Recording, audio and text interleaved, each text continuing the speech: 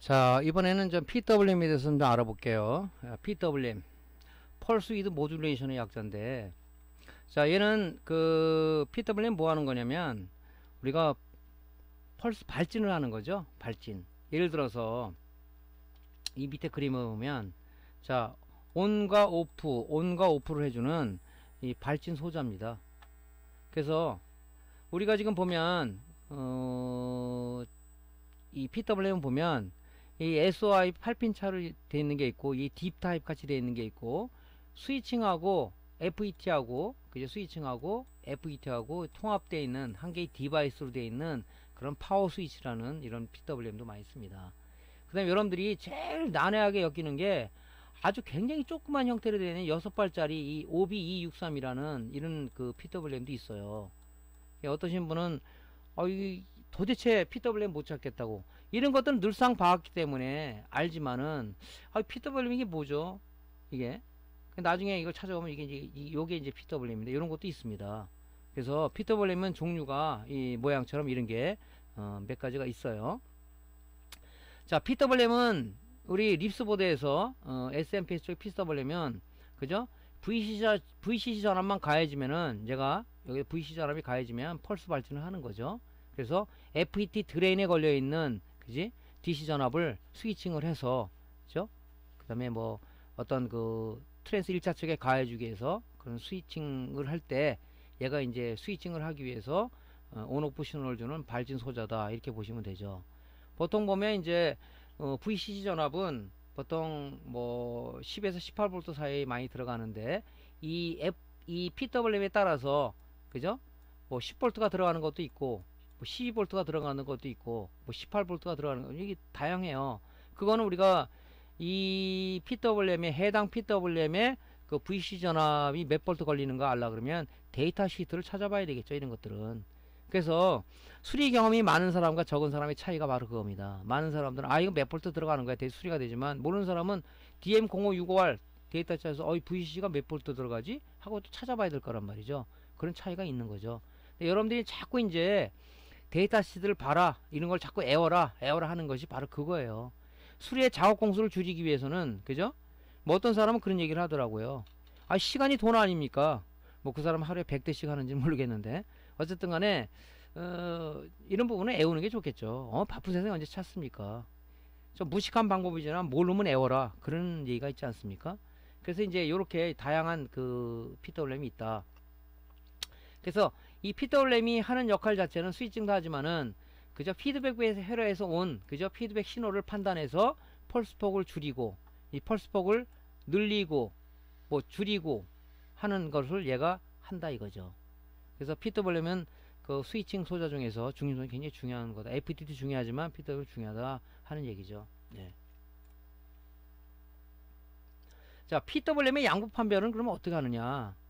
PWM은 비록 다리가 이렇게 8개, LD757을 예를 들면 다리가 8개 나와 있지만은 이 안에 들어간 회로들은 굉장히 복잡해요. 이 회로들을 예전에 한번 보여드렸죠. 이 안에 구조는 뭐 다이오드, TR 무슨 뭐 여러가지 뭐 결합을 해서 이렇게 우리가 안에 이 회로를 구성해서, 비록 우리가 쓰는 다리가 8개다 8번 다리는 무슨 역할, 이 핀맨만 알고 쓰는 거죠. 실질적으로 이 안에 이 IC 자체에 들어간 회로 구조는 복잡해요. 복잡합니다. 예. 그래서 이 복잡한 회로 간에, 회로와 이 회로 간에는 그죠, 이 절연 저항이 낮으면 안 되겠죠. 그래서 우리가 PW 양판변의 절연 저항을 측정을 하는데, 지금 여기 사진에 보면 이 그라운드를 우리 공통 단자로 해서 전 측정을 해보는 겁니다. 자, 그라운드 단자와 각 단자 간의 절연 증자 측정을 해서 보통 수백 킬로에서 수십 메가옴이 나면 정상이라고 판단되는데, 뭐 오음수가 뭐 10옴이 나온다, 5옴이 나온다, 뭐 100옴이 나온다, 그럼 얘는 불량이겠죠. 절연장이 떨어졌다는 얘기는 결론적으로 회로와 회로 간에 그죠, 쇼트될 가능성이 높다는 얘기 아닙니까? 그래서 제가 한번 그라운드와 VCC 간의 요 그라운드와 VCC 간의 한번 절연저항을 측정해 봤어요. 자, 절연저항 측정할 때는 디지털 테스터기에 저항 모드 레인지로 설정을 하시고요. 자, 그라운드에다 마이너스 봉을 대고 VC에서 플러스 봉을 댔을 때 이 저항값을 읽는 겁니다. 0.419 메가옴이 나왔어요. 이게 절연장이 훌륭하죠. 예, 양품입니다. 저는 하나 됐지만 여러분들은 얘하고 얘 재보고 얘하고 얘 재보고 얘 지금 그라운드를 중심으로 해서 공통 단자를 중심으로 해서 7개 단자를 측정해 봐야 되겠죠. 어떤 단자가 문제가 되는지 이렇게 측정을 좀 해봐야지 양극 판별을 하는 겁니다. 뭐 어려운 건 없죠? 예. 뭐 실장 상태에서 해야 되냐 묻는데 예, 가능합니다. 실장 상태에서 해도 돼요. 예.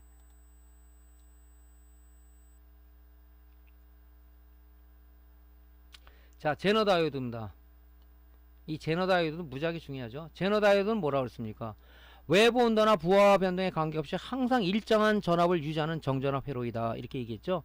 뭐 재질에 따라서 이 안에 불순물을 얼마큼 넣느냐에 따라서 10V형이 있고 20V형이 있고 12V형이 있고 뭐 여러가지 재질이 있죠. 그죠? 이 제너 다이오드는 뭐냐면 역방향 특성을 이용한 거예요. 자, 역방향 전압을 가해줬을 때 어느 전압하에서 안정하는 성질을 갖고 있더라. 그죠? 그래서 회로에 자, 여기가 플러스고 회로야, 여기가 마이너스 회로다. 그러면 이렇게 제너 다이오드를 이렇게 붙여주게 되면 어떻게 되겠어요? 이거 쇼트예요.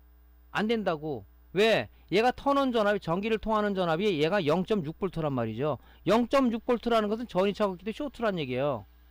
이 제너 다이오드는 그렇게 쓰는 게 아니라 이 회로에 역방향으로 이 연결해 줘야 되는 것이 이 제너 다이오드의 주의할 점입니다. 이게 역방향으로 그 전압을 가해 줬을 때 어느 전압하에서 안정하게 되는 성질을 이용한 것이 제너 다이오드하고 얘기를 하는 거예요. 어떤 사람 그런 얘기를 하더라고. 이걸 이렇게 회로에 플러스 마이너스 이 정방향으로 이렇게 연결해 줬는데 왜 이 휴즈가 나가버립니까? 아, 쇼트잖아요. 이게 0.6V니까 턴온 전압이. 하지만 역방향으로 이렇게 가해줬을 때, 역방향으로 해줬을 때는 얘가 이 다이오드 특성을 나타내는 거죠. 자, 10V형이야. 2V 가해주면 2V만 나오겠죠. 20V를 걸어줬어. 얘는 10V만 나오는 거예요. 50V를 걸어줬어. 10V만 나오겠죠. 그래서 어떤 전압을 걸어주더라도, 물론 그 이상의 전압을 걸어주면은 얘가 그 에버란치라 해가지고 이 파괴가 되겠죠. 얼마까지 견디는지는 제가 모르겠는데. 자, 12V 다 마찬가지예요. 50V, 100V가 들어와도 얘는 12V. 항상 외부 온도나 부하 변동에 관계없이 일정한 전압을 유지한 정전압 회로다 하는 거죠. 이게 제너 다이오드의 정의입니다. 정의인데 우리가 머릿속에 기억할 건 뭐? 회로의 역방향으로 항상 해줘야 된다. 역방향. 자, 여기 보면 까맣게 칠해져 있죠? 요게 마이너스 이 캐소드 부분이에요. 띠가 없는 쪽이 에노드 플러스 방향입니다. 그러니까 이 회로에다 여기는 마이너스 쪽을 연결해주고 플러스를 연결해줘야 돼. 역방향으로. 그래서 제너 다이오드는 지금 어디 쓰냐면은 보통 어디에 쓰는 거냐면 우리 립스보드 1차 단에 보면 PWM에 VC를 공급해주기 위해서 자, 트랜스 1차 단에 탭을 하나 따서 그죠? 고속 정류 다이를 통해서 그다음에 제너 다이오드를 통해서 이 콘덴서를 통해서 이 PWM에 VCC에 전압을 공급해주는 이 단에 많이 써요. 이게. 그래서 어떤 분은 저한테 이런 질문을 했어요. 전번에. 이 제너 다이오드가 이게 몇 볼트형인지 모르겠다. 이게 이제 여기 표시가 있는데 이게 지워지는 경우도 있어요. 그래서 1N4740A다 그러면 데이터 찾으면 10V라는 게 나와 있습니다. 이거 모른다 그러면 어떻게 했어요? 이게 제너 다이오드를 내가 측정하는 알려줬죠. 떼어가지고 그 LED 바 테스터기를 하게 되면 그죠? LED 바 역방향으로 전압을 걸어주게 되면 이 제너 다이오드 대충 전압을 알 수가 있다 그랬죠. 이걸 모른다 그러면 PWM 데이터 시트를 찾는 거예요. 그럼 VC 전압이 얼마 공급되는 게 나오죠. 아, 대충 감 잡아서 몇 볼트형 제너다 알 수가 있잖아요. 그죠? 그래서 제가 전기전자 기초과정을 좀 충실히 자꾸 들어라 하는 얘기가 바로 그건데 그렇게 질문할 때 오면 조금 안타까운 부분이 자꾸 수리에만 빨리 난 수리를 해야 돼, 빨리 배워야 돼, 이 생각이 좀 너무 머릿속에 많은 게 아닌가. 이 순리를 무시하면 안 되는데 그런 생각을 가진 분이 많은 것 같아요. 물론 사람이니까 그러겠지만 조금 그런 것을 좀 여러분들이 스스로가 자제를 하시고 기초부터 좀 튼실히 쌓아. 그래서 지금 이 얘기를 한번 더 해주는 거거든요. 제너 다이오드는 역방향 특성을 이용한 거다. 일반 다이오드는 어떻게 되면 일반 다이오드는 그죠? 정방향 특성을 이용한 거잖아요. 0.6V가 되면 턴온 되는 거야 이게. 그죠? 하지만 쇼트키 다이오드는 뭐예요? 턴온 전에 0.3V라고 했죠? 그래서 고속 스위칭 소자에 쓰는 게 2차 측에 쇼트키 다이오드를 쓰는 게 바로 이제 스위칭, 턴온 스위칭 속도가 굉장히 빠르기 때문에 쓴다. 그래서 울트라 리카바리 다이오드 막 이렇게 쓰는 울트라 리카바리 막 울트라 막 이렇게 써 패스트란 쓰는 게 바로 이 턴온 스위칭 속도가 빠르기 때문에 쓰는 거예요. 쇼트키 다이오드를. 또 뭐냐, 그죠? 리버스 리커버리 타임, 회복 시간을 없앤 게 바로 쇼트키 다이오드다. 그래서 우리가 쇼트키 다이오드를 쓴다, 그렇게 얘기를 했죠. 그러니까 제너 다이오드는 이제 그때 거기 쓰는 건데, 제너 다이오드 잘 나가죠. 이게 나갑니다, 이게. 그래서 전압이 뭐 이렇게 막 출렁거리고 2차 측에, 그러면 지금 VC 전압을 갖다 우리가 스코프로 찍었을 때 이 전압이 폭이 왔다리 하죠. 왜? 얘가 안정적인 전압을 PW면 VCC에 공급해 줘야 되는데, 뭐 10V면 6V도 가있다가 7V도 가있다가 4V도 가있다가, 그러면 2차 측이 제대로 동작이 될 수가 없잖아요. 그죠? 얘가 정상적인 전압을 공급해 줘야 PW에 올바른 펄스 발진을, 일정한 펄스 발진을 해서 이 온오프 신호를 어디에 주냐, FET 게이트에 줘야 스위칭이 일정하게 일어나지 않습니까? 130kHz로 항상 그 스위칭을 해주는데, 이게 갑자기 전압이 떨어져서 어떤 때는 60kHz로 스위칭을 하고 어떤 때는 40kHz로 하고 이러면 안 되잖아요. 그래서 전압이 넓힐 때는 이 PW의 VCC 전압이 제대로 가해주고 있는지 데이터 시트를 찾아보고 한번 여러분이 점검하는 것도 하나의 수리의 방법이겠죠. 자, 이렇게 해서 이제 제너 다이오드를 이 역할은 그런 거다. 자, 제너다의 양극판 변별, 이 재서 재면 되겠죠, 그죠? 디지털 테스터기에 그 다이오드 모드를 놓고, 그죠? 캐소드에다가 여기 이제 마이너스 분에 마이너스 봉을 대고 플러스에 플러스 봉을 댔을 때 0.7V 이상, 보통 턴온자면 0.6V니까 0.6V 이상이 나오면 정상이라고 봐야 되겠죠. 예. 반돌이 일단 나온다, 그럼 뭐 쇼트가 됐겠죠. 예. 그래서 제너 다이오드는 이렇게, 다이오드하고 뭐 큰 특별한 게 없습니다. 근데 이 제너 다이오드가 몇 볼트냐 하면 이제 LED 바 테스터라고 나오겠죠. 제너 다이오드 이렇게 모양을 보면 여기 까만 데가 이게 마이너스 부분이고요. 이게 플러스예요. 여기 보면 이게 숫자가 이렇게 써져 있어요. 이게 기호가. 그거 보고 데이터 시트를 찾아보면 돼요. 예. 그래서 전기전자 기초 과정에 그 제너 다이오드 설명할 때 다양하게 보는 방법 얘기해 줬으니까, 제너 다이오드 궁금하다 그러면은 전기전자 기초 과정에 다이오드 쪽을 보시면 될 것 같습니다. 기호는 다이오드는 이렇게 됐지만 얘는 이렇게 약간 꺾어졌죠. 이렇게. 그래서 여기가 에노드, 여기 캐소드다, 이렇게 보시면 됩니다. 자, 제가 이제 그 LED 테스터기를 가지고 제너 다이오드를 측정할 때 저는 두 가지를 이용했어요. 제가 지금 약간 개조를 했는데, 요거는 지금 신형 새로 나온 LED 바 테스터기고요. 요 밑에 있는 것은 옛날에 초기에 나왔던 구형 그 LED 바 테스터기예요. 제가 이렇게 지을 하나 따로 만들었습니다. 왜냐면은 이게 정밀도 차이가 나는데 이 구형이 정밀도가 더 좋더라고요. 이제 체크를 해보니까. 그래서 두 개를 쓰고 있는 겁니다. 두 개를 이렇게 만들었어요. 제가.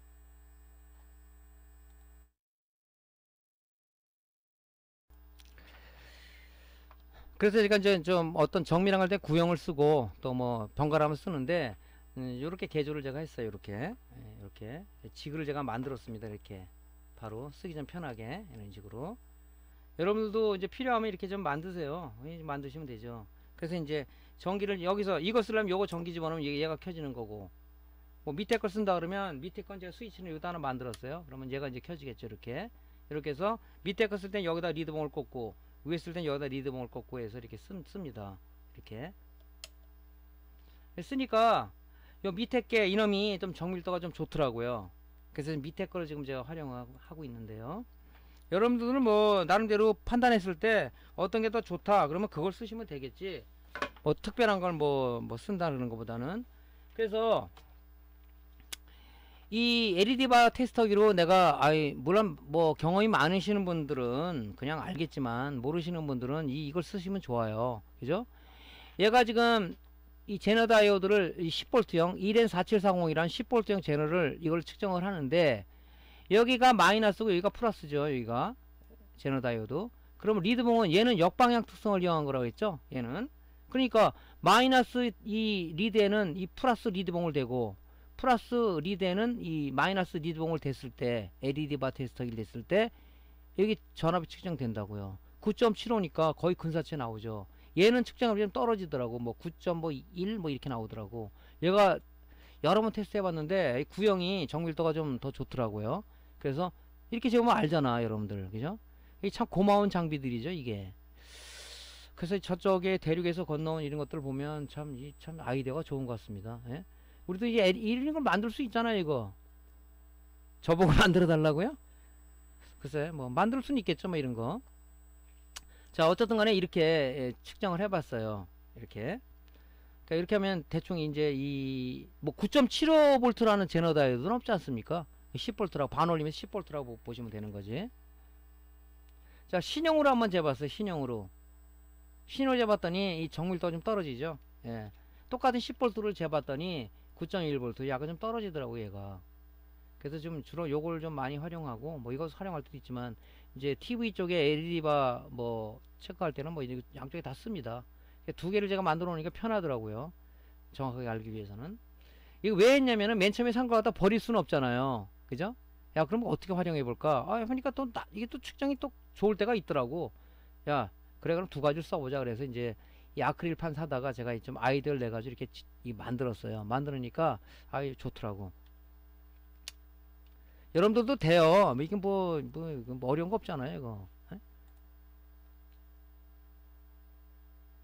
자, 이제 1차 단은 끝났고요. 이제 2차 단의 중심 소자는 뭐냐면, 쇼트키 다이오드죠. 쇼트키 다이오드가 엄청 중요하죠. 예. 쇼트키 다이오드는 보통 우리가 두 가지 타입을 많이 씁니다. 이 립스보드에서는. 요렇게 세 발짜리를 쓰는 게 있고, 여기 하나로 된 걸 써요. 요거는 요 싱글 쇼트키 다이오드가 이게 두 개가 들어있는 거예요. 이 그림을 보면 알겠지만은, 그죠? 요거 하나, 여기 하나, 이게 두 개가 들어있는 거죠. 아, 친절하게 그림이 그려져 있어요. 요 가운데가, 그죠? 마이너스 공통이에요. 얘가 플러스란 말이죠. 요것도 마찬가지예요. 마이너스 1번, 2번, 3번이면은 2번이 공통 마이너스예요. 1번, 3번이 플러스 단자라고. 그죠? 얘는 여기가 띠가 있으니까 이거 마이너스 플러스겠죠.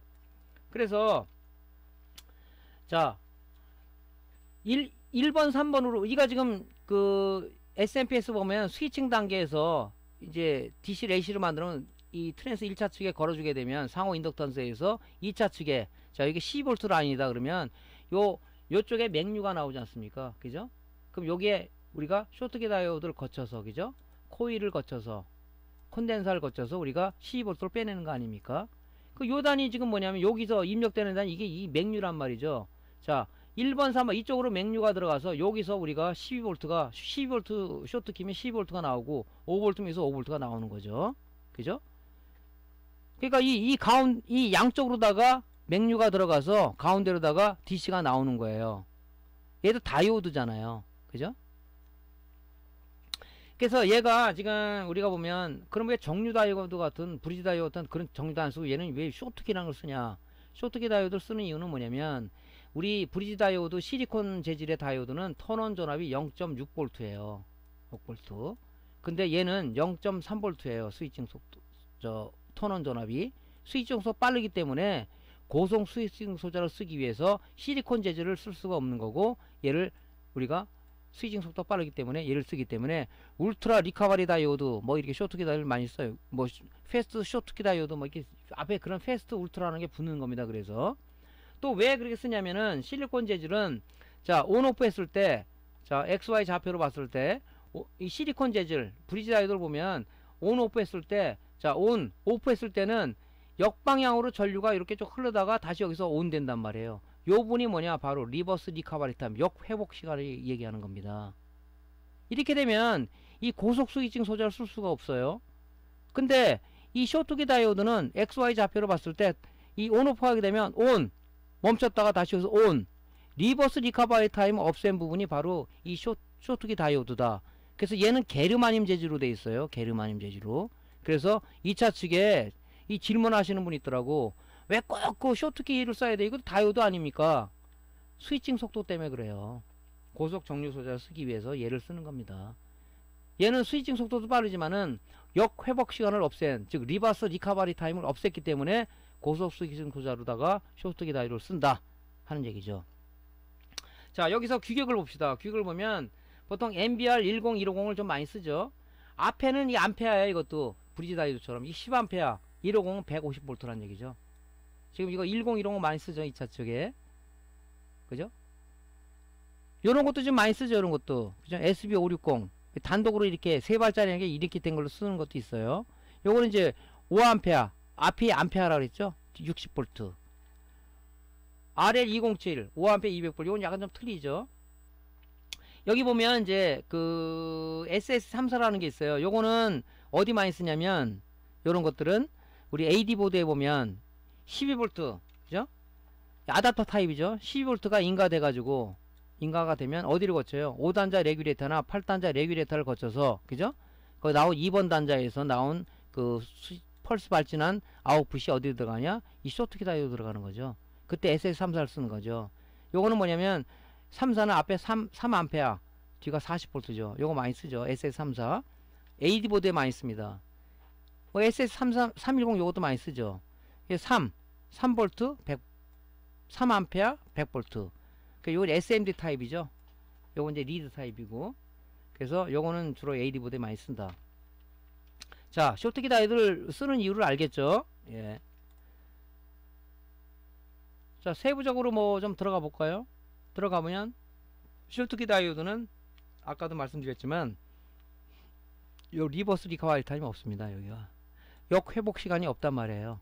그러니까 스위칭 속도가 빠른 거죠. 그죠? 예. 자, 재는 건 간단하잖아요. 이거는 뭐 크게 어려울 건 없죠. 이거는.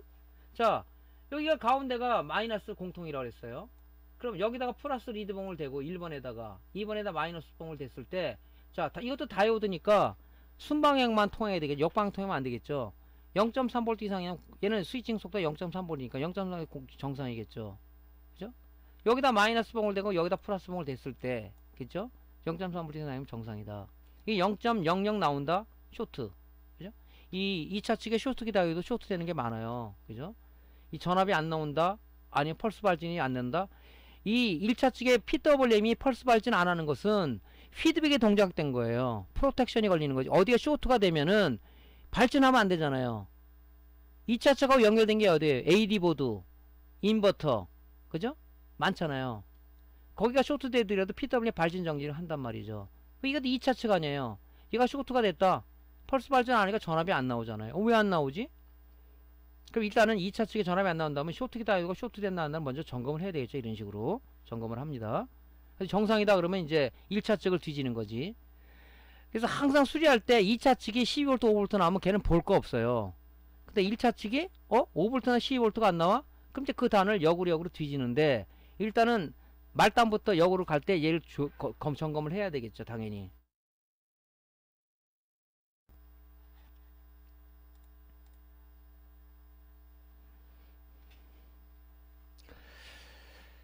자, 또 2차 측에 뭐 1차 측도 마찬가지고 이 페라이트 비드라는 게 있어요. 우리 그 립스보드 기판에 보면 보통 이제 표기명이 어떻게 되냐면 FB라고 많이 표시되어 있습니다. B. 페라이트 비드라는 얘기죠. 얘는 뭐냐면은 고주파 노이즈를 그 차단하는 직류만을 통과시키는 일자 등가 회로를 그린다면 얘를 이렇게 표시할 수가 있어요. 이렇게 코일에다가 이렇게 등가 회로를 그리면, 그래서 고주파를 저지를 하고 직류만을 통과시키기 위한 이 비드를 많이 쓰는데, 고급 제품에 이 비드들이 많이 들어가 있죠. 꼭 뭐 어떤 사람이 이게 다이오드 아니냐? 다이오드는 여기 띠가 있잖아요. 얘는 없어요. 이렇게 생긴 게 있어요. 우리 뭐 비드 많이 보잖아요. 우리 지금 RGB 케이블이나 디바이 케이블 앞에 이렇게 이 케이블이 이렇게 있으면 여기 좀 이렇게 불룩 튀어나와가지고 있잖아요. 요 안에 이런 게 들어가 있는 거예요. 그래서 노이즈를 차폐하기 위해서 많이 쓰죠. 우리 립소드 많이 쓴다고요. 그래서 이 고주파는 굉장히 큰 저항으로 동작을 하고, 저주파 들어오면, 그죠? 이 도선으로다가 동작이 되는 거죠. 그래서 고주파를 제어를 한다는 얘기죠. 코일 특성이 그렇잖아요. 그죠? 코일은 뭐예요? 코일은 인덕터라고 얘기는 하는데, 인덕터는 그죠? 유도성 리액턴스를 갖고 있다. 그죠? XL은 그죠?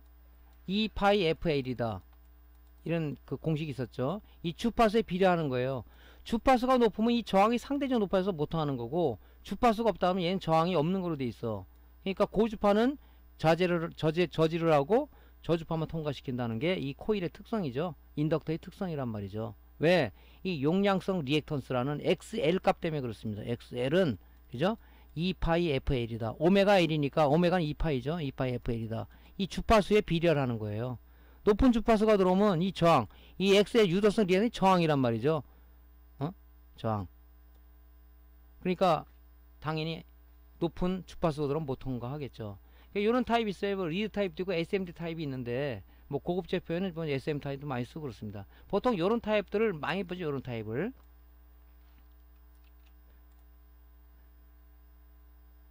이 표기명이 없어요. 얘는. 그래서 보통 이제 디지털 테스트하기를 측정할 때는 이 오hm 저항 레인지를 맞추시고 이 1ohm에서 11ohm 사이가 나오면 이 비드는 정상이다. 이렇게 보시면 되죠. 이 비드가 문제되는 경우도 있어요. 없잖아. 이렇게 측정해서 일단 정상이라고 보시면 되는 거죠.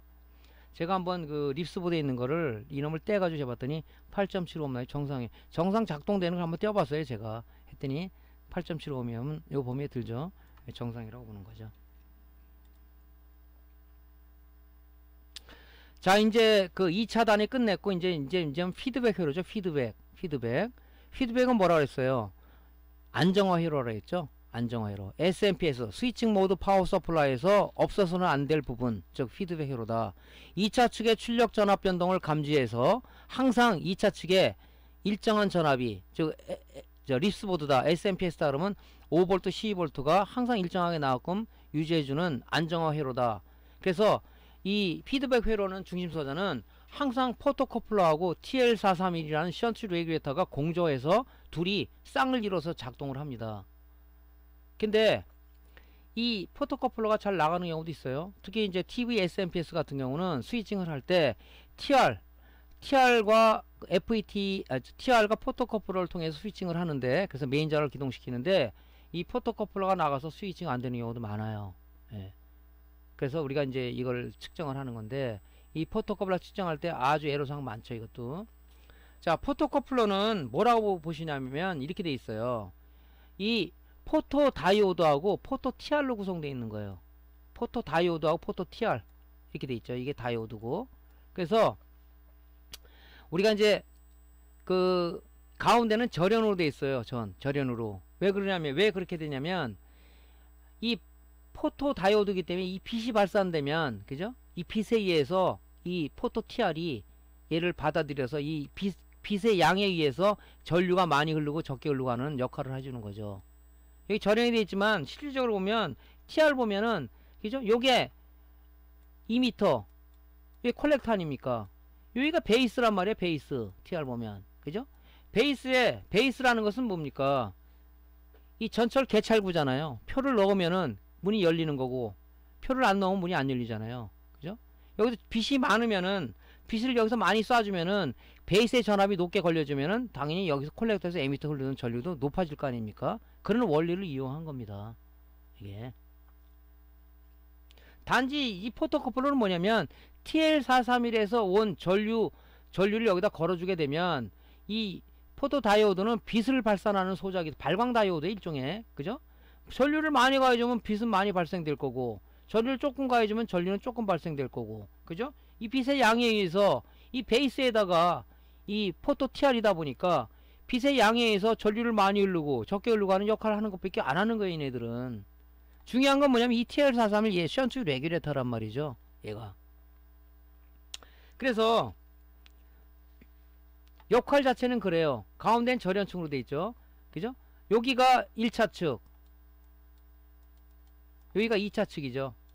정기적으로 절연이 되어 있습니다. 그래서 이 발광 다이오드, 즉 포토 다이오드와 포토 TR을 쓰는 이유죠. 이 절연을 지키기 위해서. 그러니까 쉽게 말해서 이제 뭐냐면은 여기가 입력측이고 여기가 출력측이에요.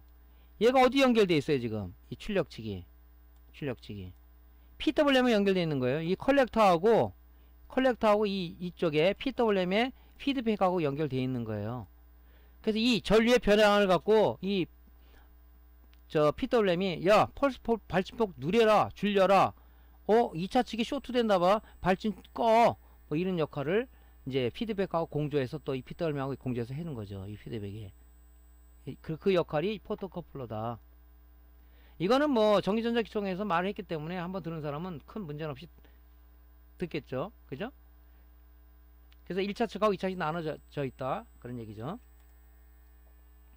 포토커플러 양분하면 어떻게 하느냐?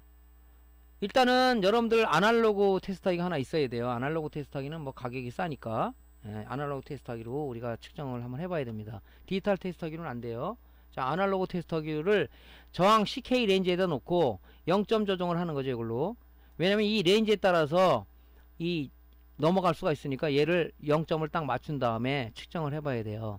자, 여기가 우리가 1차 측이라고 그랬죠. 여기가 다이오드고 여기 포토 TR이죠. 얘가 지금 저 션트 레귤레이터하고 이쪽으로 연결돼 있죠. 그죠? CK 레인지를 놓고, 자, 1번에다가 적색 프로브를 대고 2번에다가 흑색 프로브를 댔을 때, 그죠? 영험이 측정되면 이게 정상이죠.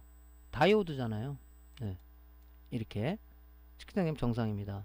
1차 측. 요게 이제 우리가 2차 측이죠. 이게 여기가 1차 지금 PW랑 연결된 부분이죠. 예. 그 다음에 이제 어떻게 되냐면 요 3번하고 3번에다가 마이너스 봉을 대고 4번에다 적색 봉을 댔을 때 55옴 정도 측정되면 정상이에요. 지금 얘는 지금 2차 측을 잰 거죠. 0옴 나오죠. 이 정상이죠. 그 2차 측은 뭐 어떠해서 55옴 나오면 정상이라고 했죠. 자, 2차 측 잰 겁니다. 자, 2차 측 쟀더니 2차 측은 뭐냐, 여기 3번에다가 그죠? 3번에다가 흑색 봉을 대고 4번에다가 적색 봉을 댔을 때 얘가 55옴 나오면 정상이라고 했죠.